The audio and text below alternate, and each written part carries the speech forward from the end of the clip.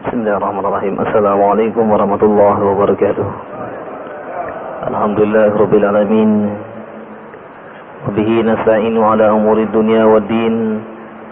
Asyhadu an la ilaha illallah wahdahu la syarika lah. Wa asyhadu anna Muhammadan abduhu wa rasuluh. Allahumma salli wa sallim wa barik ala abdika wa rasulika Muhammad wa ala alihi wa ashabihi ajma'in, amma ba'd. Ma'asyiral muslimin rahimani wa rahimakumullah, jamaah salat maghrib yang dirahmati Allah Subhanahu wa taala, kaum muslimin dan muslimat pendengar setia Suara Mujahidin, Suara PRA Jaya dimanapun Anda berada, rahimani wa rahimakumullah. Malam hari ini setengah jam ke depan kita akan membahas tentang salah satu surah dalam Al-Qur'anul Karim. Hanya 3 ayat di dalam juz amma yang semuanya sudah menghafal. Itu firman Allah Subhanahu wa taala, surah Al-Kautsar. Kita akan baca terlebih dahulu. A'udzubillahi minasyaitonir rajim. Bismillahirrahmanirrahim. Inna a'tainakal kautsar fasalli li rabbika wanhar. Inna syani'aka huwal abtar. Sekalipun ayat ini terdiri dari 3 ayat, tapi ada pelajaran-pelajaran yang sangat banyak dan sangat berharga sekali yang dapat kita ambil.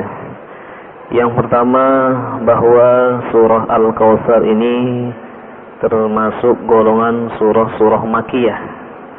Itu surah yang Allah Subhanahu wa taala turunkan sebelum Nabi sallallahu alaihi wasallam hijrah. Pengertian Makkiyah dan Madaniyah sangat banyak sekali, tetapi pendapat ulama yang rajih, yang paling kuat, bahwa yang mengatakan surah Makkiyah adalah surah yang diturunkan atau ayat yang diturunkan sebelum Nabi hijrah.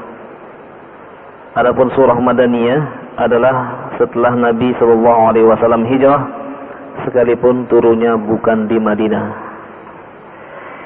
Ini yang pertama. Kemudian yang kedua, sebab turunnya, sababun nuzul. Jadi kalau Al-Quran atau ayat-ayat, ada yang ada sababun nuzulnya, ada yang juga tidak ada. Sedangkan hadis disebut dengan sababul wurud. Sababul wurud, sebab-sebab Nabi sallallahu alaihi wasallam bersabda. Kalau ini sebab-sebab Allah Subhanahu wa taala berfirman. Kenapa turun surah ini? Ketika itu Rasulullah sallallahu alaihi wasallam punya seorang putra namanya Ibrahim. Kemudian ketika lahir, kemudian meninggal dunia. Orang-orang Arab jahiliyah mengatakan Muhammad abtar.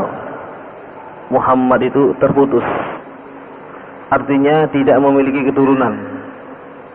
Karena nasab itu adalah dari laki-laki. Jadi kalau seorang menurunkan anak laki-laki, itulah yang akan mempertahankan nasabnya nanti. Sehingga kalau tidak memiliki laki-laki berarti dianggap terputus.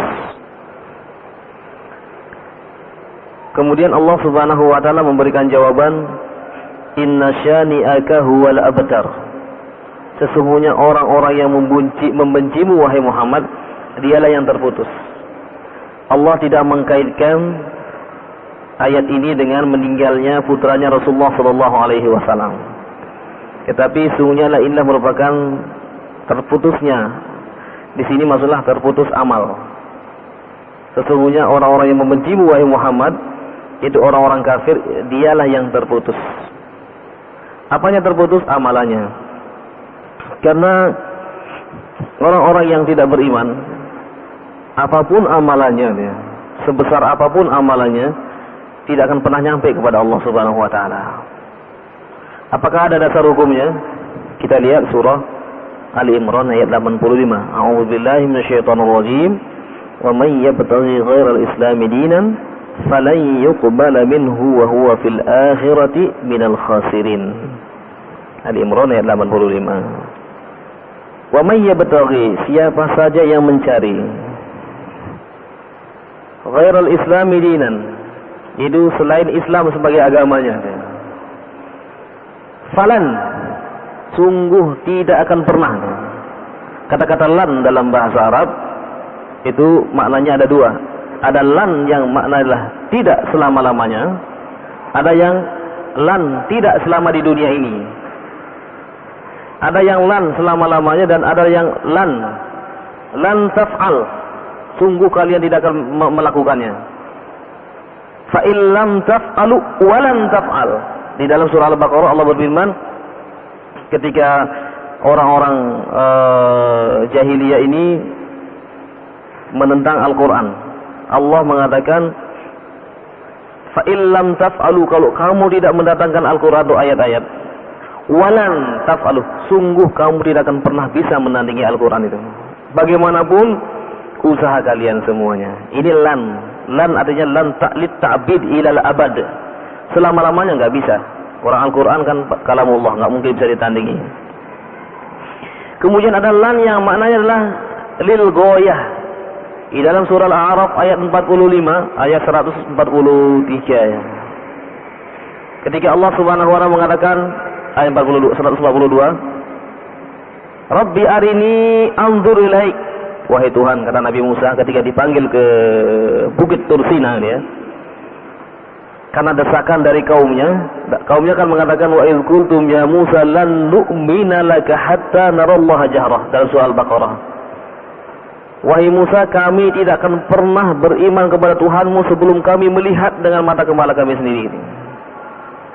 Nah, Nabi Musa alaihissalam mencoba ya, karena desakan kaumnya ini ketika berhadapan dengan Allah Subhanahu wa ta'ala, ketika berada di Bukit Tursina, Nabi Musa mencoba mengatakan Rabbi arini anzur ilaik. Wahai Tuhan, perlihatkanlah dirimu supaya aku bisa melihatmu. Kemudian Allah mengatakan lan tarani walakin inzur ilal jabali fa in istaqarra makanahu fa sawfa tarani. Nah, ini ketika Nabi Musa mengatakan wahai Tuhan, perlihatkanlah dirimu supaya aku bisa melihat kamu. Allah mengatakan qala lan tarani, qala lan. Nah, di sini lan, sungguh engkau tidak akan pernah bisa melihat aku. Aina, di mana? Di dunia ini. Kemudian Allah mengatakan walakin dzur ilal jabal, lihat bukit yang sebelah sana. Fa in istaqarra makanahu fa sawfa tarani. Kalau bukit itu masih ada, gunung itu masih ada, kamu akan bisa melihat aku. Falamma tajalla rabbuhu lil jabali ja'alahu dakka wa kharra Musa sa'iqa. Falamma afaqa qala subhanaka tubtu ilaika wa ana awwalul mu'minin. Ketika Nabi Musa alaihissalam melihat bukit itu sudah hancur berkeping-keping, kemudian Nabi Musa pun langsung pingsan. Kemudian ketika bangun, Nabi Musa mengatakan, Maha suci Engkau ya Tuhan, akulah orang yang pertama kali beriman kepadamu. Jadi ini lan di sini adalah lan lil goyah, hanya di dunia ini orang-orang beriman dan siapapun tidak bisa melihat Allah, akan tapi di akhirat nanti semua akan bisa melihat Allah. Apakah ada dasar hukumnya, dalilnya? Kalau kita berani-beraninya mengatakan bahwa Allah itu bisa dilihat di akhirat, padahal Allah kan laisa kamitslihi syai'. Di dalam surah Al-Qiyamah Allah Subhanahu wa taala berfirman, bagaimana firman Allah Subhanahu wa taala, wujuhun yawma idzin nadhirah ila rabbiha nazirah. Pada hari itu, pada hari kiamat, wajah orang-orang yang beriman itu berseri-seri. Pada saat itu dia bisa melihat Tuhannya. Para sahabat mengatakan, ya Rasulullah, kaifa nara rabbana, bagaimana kita bisa melihat Tuhan kita? Kemudian Rasulullah SAW mengatakan, atarawunal qamara lailatal badri, tidakkah kalian melihat bagaimana bulan purnama itu? Para sahabat mengatakan, qalu bala ya Rasulullah, hakadha satarawna rabbakum. Kalau kamu mengatakan kamu bisa melihat bulan purnama, begitulah kalian akan melihat Tuhan kalian nanti. Artinya dengan jelas. Sedangkan orang-orang kafir tidak bisa melihat Tuhan pada hari kiamat. Apakah ada dasar hukumnya? Ada dasar hukumnya di dalam ayat yang sama juga ada, dan juga dikatakan di dalam surah Al-Mutaffifin pun ada. Jadi mereka itu mahjubun. Jadi mahjub, terhalang. Itulah nikmat yang paling besar nanti akan dilihat oleh setiap manusia. Tapi ikhwatal iman rahimani wa rahimahullah, kembali kepada tafsir surah Al-Kautsar tadi, bahwa yang terputus amalannya adalah mereka-mereka itu fala yuqbala minhu wa huwa fil akhirati minal khasirin. Sedangkan di akhirat nanti mereka tidak akan pernah diterima, termasuk orang-orang yang rugi. Jadi sungguh kita ini bersyukur sekali kepada Allah Subhanahu wa taala sebagai orang Islam. Bagaimanapun keadaan kita, asalkan jangan sampai iman ini lepas dari diri kita. Bagaimanapun keadaan kita harus betul-betul dipertahankan. Karena rugi kalau kita sudah wa may yartadi minkum an dinihi, siapa yang murtad dari agamanya, maka Allah akan mengganti dengan satu kaum yang Allah menyukainya, dan mereka pun menyukai Allah Subhanahu wa taala. Mereka berkasih sayang kepada orang-orang mukmin dan keras kepada orang-orang kafir. Jadi orang-orang yang di luar Islam ini adalah sia-sia amalannya di dunia, dan di akhirat mereka akan menjadi orang-orang yang rugi. Ada yang mengatakan tetangga saya baik, selalu menyumbang ke masjid. Agamanya apa? Agamanya non-muslim. Bagaimanapun dia lakukan tidak akan pernah diterima di sisi Allah Subhanahu wa taala. Ya, kita hanya mendoakan mudah-mudahan dia mendapatkan hidayah. Ya Allah, berikanlah dia hidayah karena orangnya baik. Kita bisa mendoakan seperti itu sebagaimana Rasulullah mendoakan penduduk Taif yang mengusir Rasulullah. Doanya lah, Allahumma hdi qaumi fa innahum la ya'lamun. Wahai Tuhan, berikanlah hidayah kepada kaumku, sesungguhnya mereka tidak mengetahui. Ini tentang sebab turunnya surah Al-Kautsar ini. Kemudian kita lihat sekarang tafsirannya. Inna a'tainaka. Inna, sesungguhnya kami. Berarti Allah menggunakan kata-kata kami, dan Allah juga menggunakan kata-kata aku. Dan juga Allah menggunakan kata-kata huwa, dia. Ini gimana? Kalau kami itu kan lebih dari satu, kami. Nahnu. Di sini Allah mengatakan kata-kata inna, sesungguhnya kami. Padahal Allah itu kan esa. Di dalam ayat yang lain dikatakan wa ma khalaqtul jinna wal insa illa liya'budun. Di dalam surah Az-Zariyat ayat 56. Tidaklah aku ciptakan jin dan manusia kecuali untuk mengabdi kepadaku. Ini ada dua penafsiran para ulama. Yang pertama bahwa kata-kata inna ini lit ta'zim, untuk mengagungkan. Jadi tidak boleh sembarangan menggunakan kata-kata inna, kata-kata kami. Ini barangkali ya lain belalang, lain adat, lain belalang, lain lubuk, lain ikannya gitu. Jadi kalau di Arab sana kalau kita datang menghadap kepada orang Arab, kalau kita mengatakan kami datang ke sini, mereka itu marah. Yang langsung mengatakan kami, mana lagi teman kamu katanya. La tu'azzim nafsak, kamu jangan mengagungkan dirimu katanya. Kalau kita bicara dengan orang Arab ya ana, saya. Nah, pertama kata-kata ta'zimnya lit ta'zim, yang boleh mempergunakan adalah Allah Subhanahu wa taala, demikian juga orang-orang besar. Itu bisa menggunakan kata-kata kami. Bukan berarti kok Allah itu lebih dari satu. La summakala. Ta'ala Allahu amma yasifun. Yang kedua, ketika Allah menggunakan kata-kata kami, di sini ada unsur musyarakah. Jadi Allah melibatkan malaikat-malaikatnya.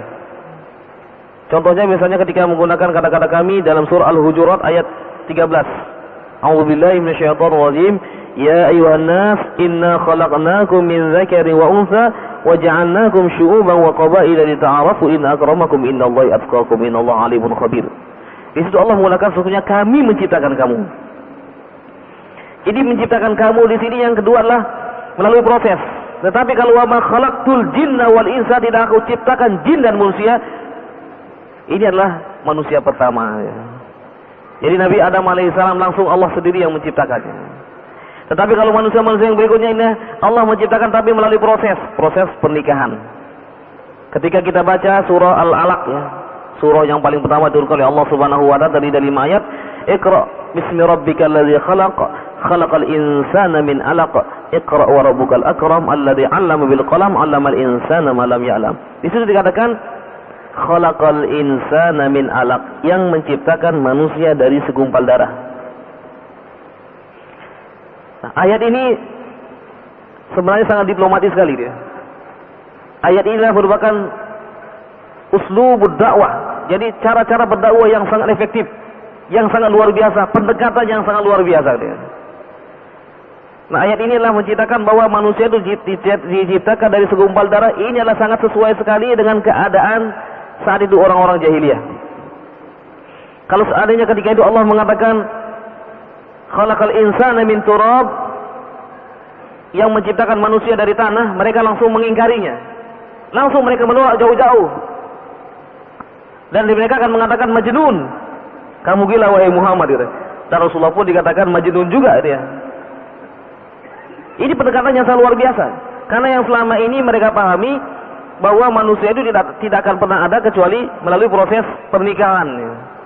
Inilah uslub pendekatan yang sangat luar biasa yang Allah Subhanahu wa taala tawarkan kepada setiap dai, setiap para duat, para dai, sebelum dia berdakwah hendaklah betul-betul memiliki ilmu, sehingga orang yang didakwah ini adalah bisa menerima dakwanya dengan baik. Nah, kembali kepada kata-kata inna lit ta'zim, ialah untuk mengagungkan. Jadi karena itulah Allah menggunakan kata-kata ta'zim kemudian musyarakah. Karena proses yang kedua penciptaan manusia ini adalah Allah melibatkan manusia, yaitu melalui proses pernikahan. Akan tetapi yang mendudukan laki dan perempuanlah Allah Subhanahu wa taala. Ketika bertemu yang dari sperma dan ovum, kemudian malaikat mengatakan, "Wahai Tuhan, laki-laki atau perempuan?" Malaikat nggak tahu.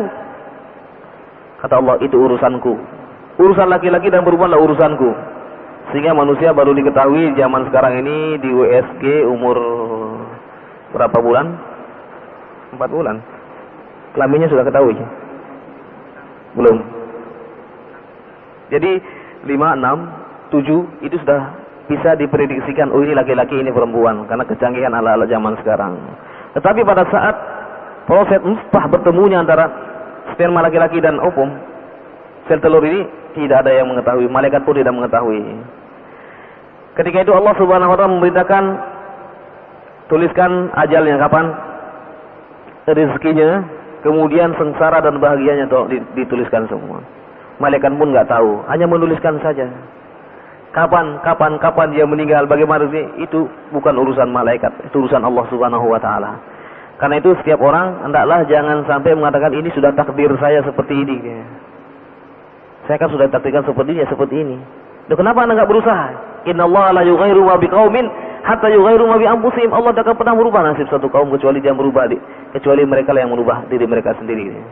Kalau ingin berusaha, ingin sukses, bekerjalah. Yang tekun, manjada wajada.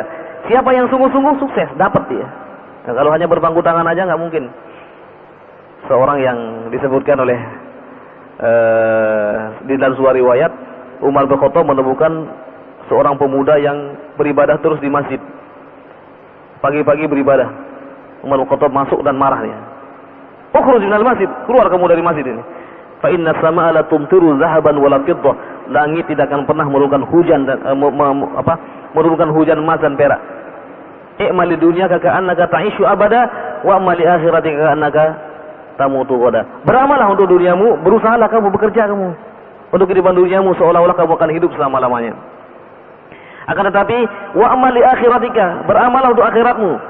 Ketika beribadah, beramal untuk akhirat, maka seolah-olah kamu akan mati besok. Jadi ketika dia ibadah, dia tinggalkan semua urusan dunia. Karena itu orang yang ketika pergi ke masjid, urusan-urusan dunia ditinggalkan semua. Karena itu tidak boleh tergesa-gesa lari-lari pergi ke masjid. Bagaimanapun sudah azan, tetap dalam keadaan tenang. Bisakinati wal waqar. Tetapi juga jangan dilambat ini.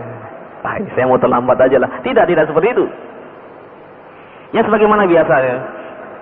Jangan terburu-buru. Kata Rasulullah, fa in adraktum fasallu, fama adraktum fasallu, wa in fatakum fa'atimu. Kalau kamu menemukan orang sedang sholat, ketika masuk masjid, imam sedang ruku, kemudian Allahu Akbar, kemudian ruku dia. Ikuti imam ruku. Jangan sampai menunggu imam biar selesai dulu, nanti berdiri lagi dia. Begitu selesai, ketika dia sujud, kita temukan imam sujud, kita takbir Allahu Akbar, kemudian ikut sujud.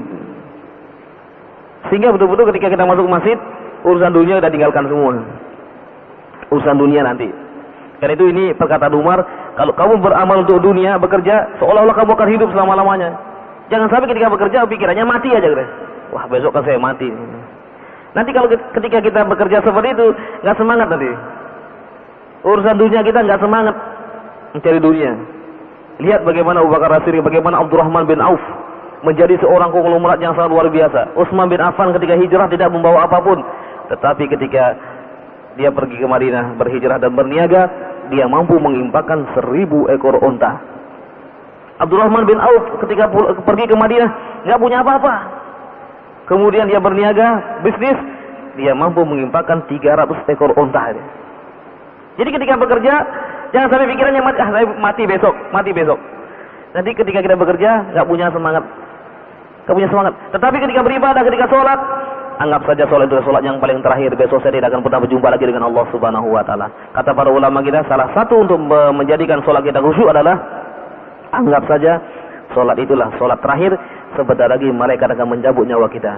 Insya Allah kita bisa khusyuk dalam melaksanakan ibadah sholat. Tapi kita kembali kepada tafsiran. Inna a'tainaka, sesungguhnya kami a'tainaka memberikan engkau wahai Muhammad al-Kautsar. Jadi kata-kata al-Kautsar di sini ada banyak sekali penafsiran. Yang pertama bahwa al-Kautsar lah nahrun fil jannah, yaitu sungai yang ada di surga.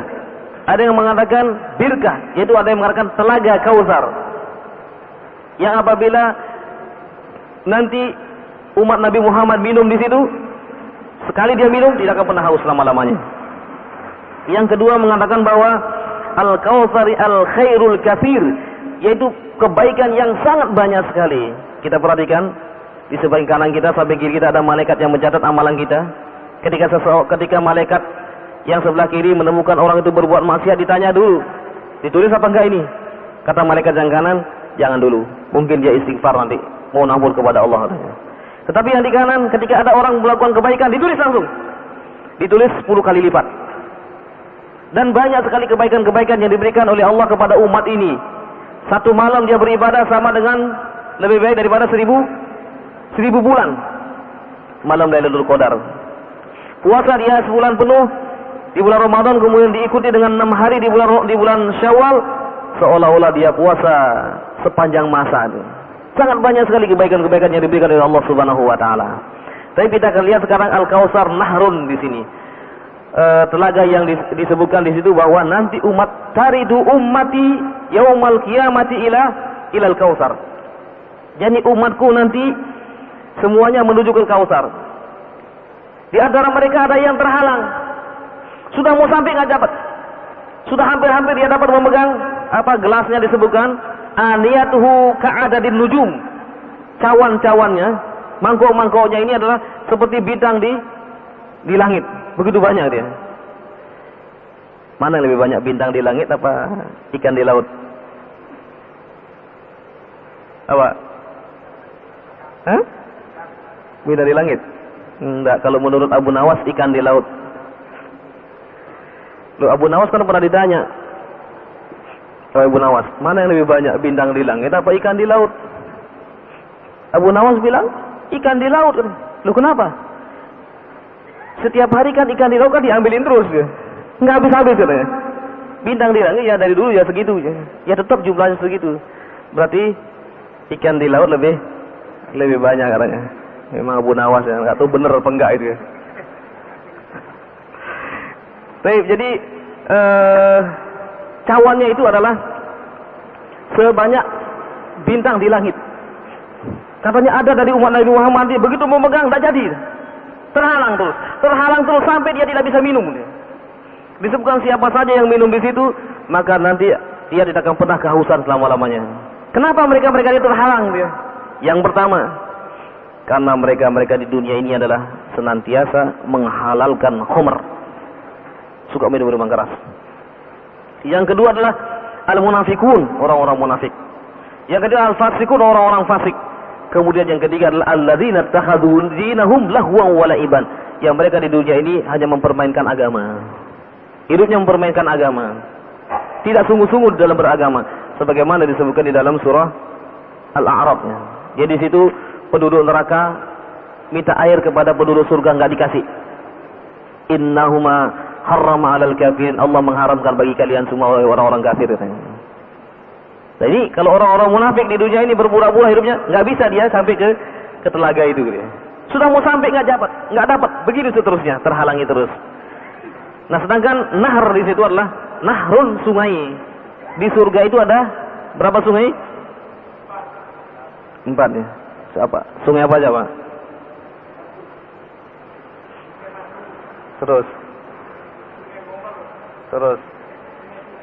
Terus satu lagi. Masya Allah, luar biasa. Di dalam surah apa, Pak?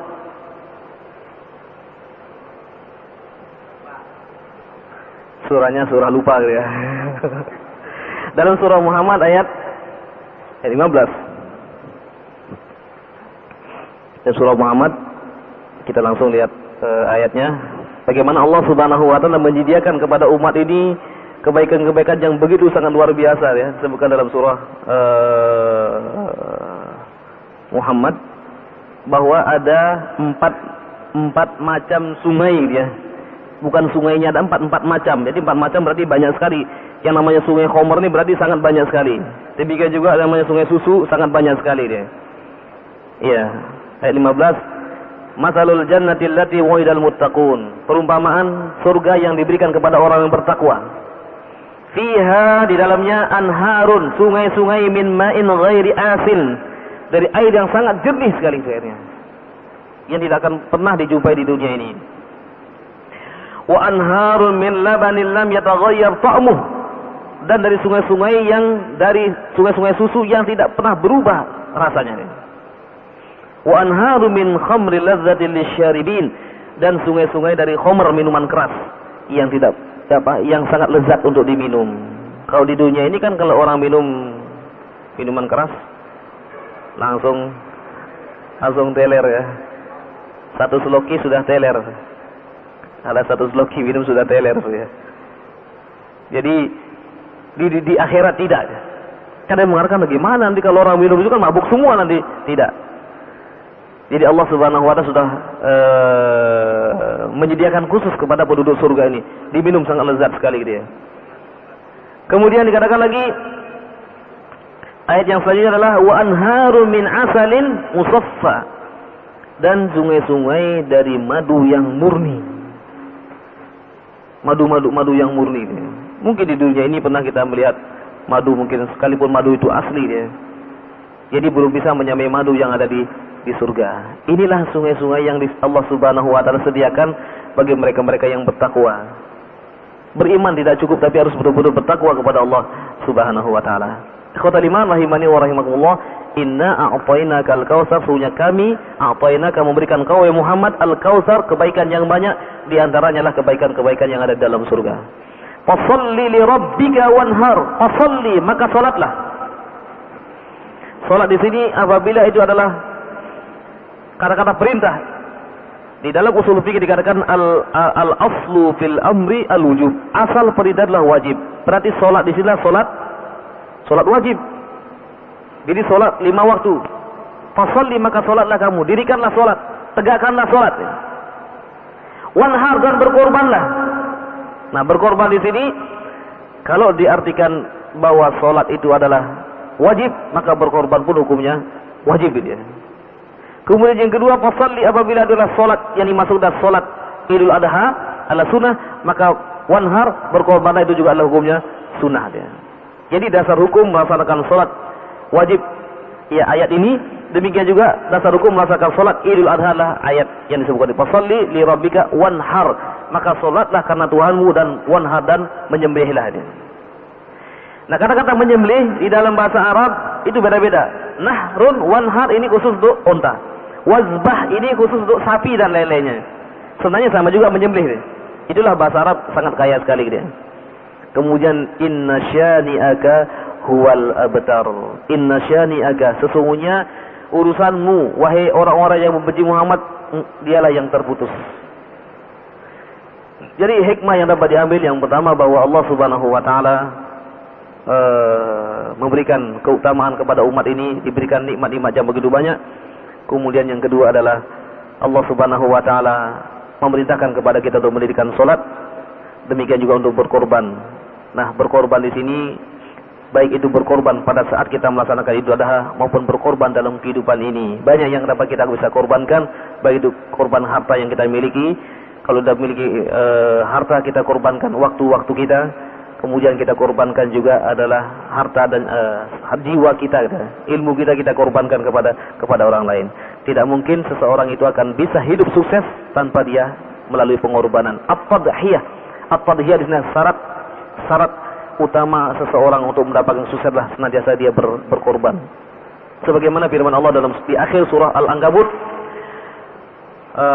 disebutkan walladzina jahadu fina lanahdiyannahum subulana wa innallaha lama'al muhsinin. Dan di antara orang-orang yang beriman di antara kalian yang sungguh-sungguh dalam kehidupan ini, yang berjihad dalam kehidupan ini, kemudian kami akan memberikan jalan keluar segala kesulitan yang dia hadapinya. Kalau hidup tidak mau berkorban, ya jangan hidup dia. Kalau hidup tidak mau menderita, jangan hidupnya. Kalau ingin kita sukses, maka hendaklah kita korbankan apapun yang kita miliki demi untuk mencapai ridha Allah Subhanahu wa taala. Kemudian yang terakhir, bahwa Allah Subhanahu wa taala menjelaskan bahwa orang-orang beriman ini insyaallah akan sampai amalannya kepada Allah, dan orang-orang yang tidak beriman, amalannya semuanya akan terputus. Baik, mungkin ini yang dapat saya sampaikan pada kesempatan yang berbahagia ini. Barangkali ada yang ingin bertanya.